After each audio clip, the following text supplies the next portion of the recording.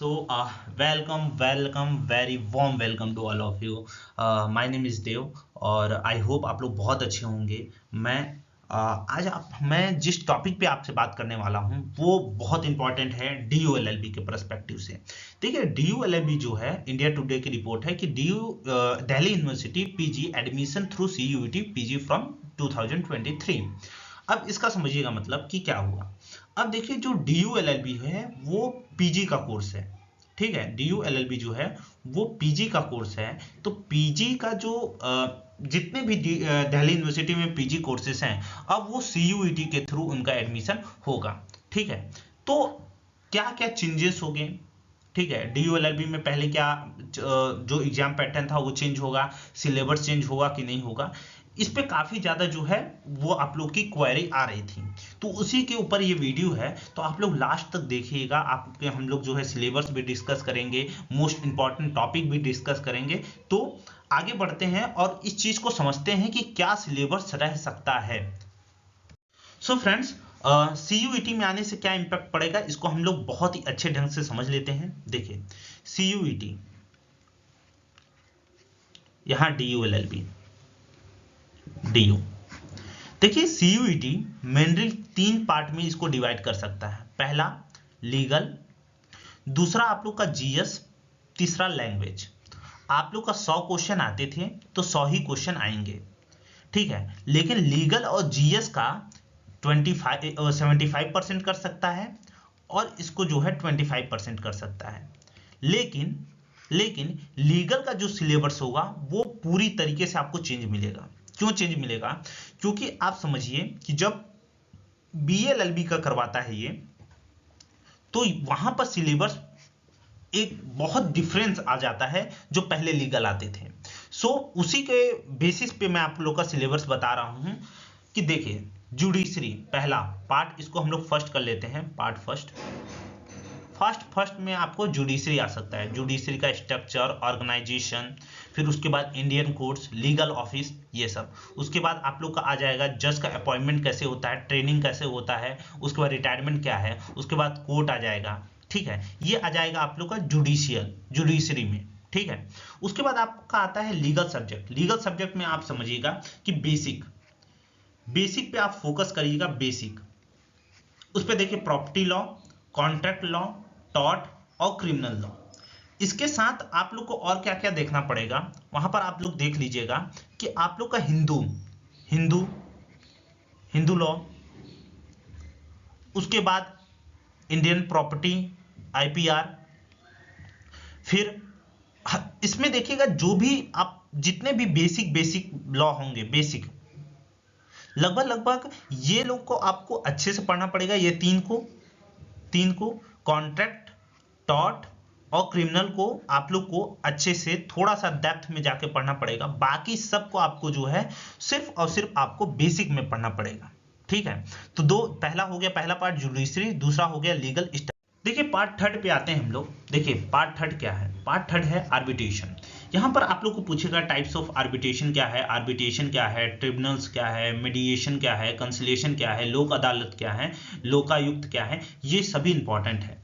ये IMP हो सकता है आप लोग का। इस बार आप लोग को ये नया चीज देखने को मिल सकता है। चौथा आता है आपका ह्यूमन राइट्स। अब देखिए ह्यूमन राइट्स आप लोग जानते ही होंगे, आज के क्वासी जुडिशियल बॉडीज क्या होते हैं, आपसे पूछ सकता है डायरेक्ट, आपसे जो है इसका कॉन्स्टिट्यूशनल फ्रेमवर्क पूछ सकता है। तो ह्यूमन राइट भी आपका बहुत इंपॉर्टेंट है। तो आप लोग का ये 4 टॉपिक तो हो गए। पांचवा पार्ट 4 आ जाएगा द इंडियन लीगल प्रोफेशन। इसमें देखिए कुछ इंपॉर्टेंट है। पहला important the advocate act 1961, bar council of India दूसरा।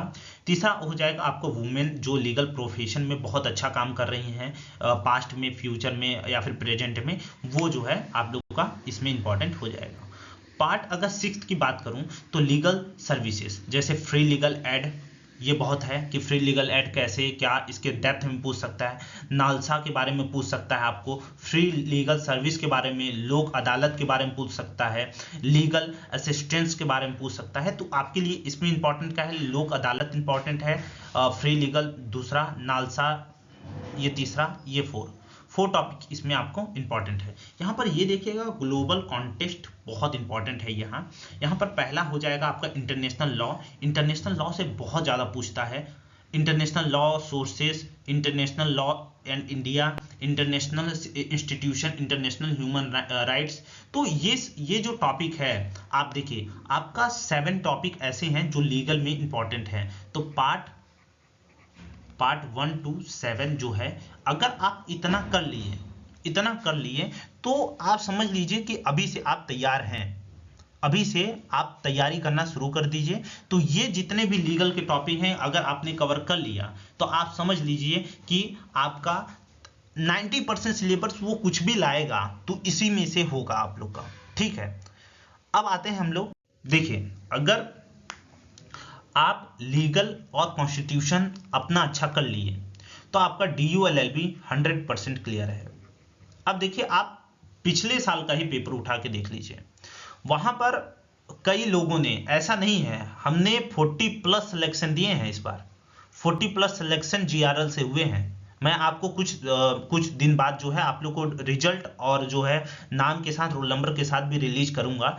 किस लिए? क्योंकि हमने ज़्यादा फोकस जो है वो कॉन्स्टिट्यूशन और लीगल पे किया। आप पेपर देख सकते हैं, आप देखिएगा क्या इंपॉर्टेंट है कॉन्स्टिट्यूशन में। आप अगर ये पॉइंट अगर कवर कर लिए तो आप लोग मान के चलिए कि आपका जो है 70% पेपर जो है आप लोग क्लियर है अभी से। पहला देखिए, पहला है प्रीएम्बल, दूसरा है council the union and it's territory, तीसरा है सिटीजनशिप, चौथा है फंडामेंटल राइट्स, पांचवा है directive principle of state policy.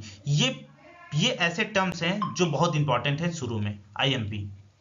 उसके बाद देखिएगा president, vice president, prime minister, central council of minister, cabinet minister, parliament. ये जो है आप लोग एक साथ पढ़िएगा। तो ये पहला, दूसरा, ठीक है। उसके बाद सुप्रीम कोर्ट, उसके बाद देखिएगा ये सभी इंपॉर्टेंट है, लेकिन मोस्ट इंपॉर्टेंट मैं बता रहा हूं जहां से क्वेश्चन बनते हैं। अटॉर्नी जनरल से क्वेश्चन बनते हैं, एडवोकेट जनरल से क्वेश्चन बनते हैं, प्लानिंग कमीशन से बनते हैं।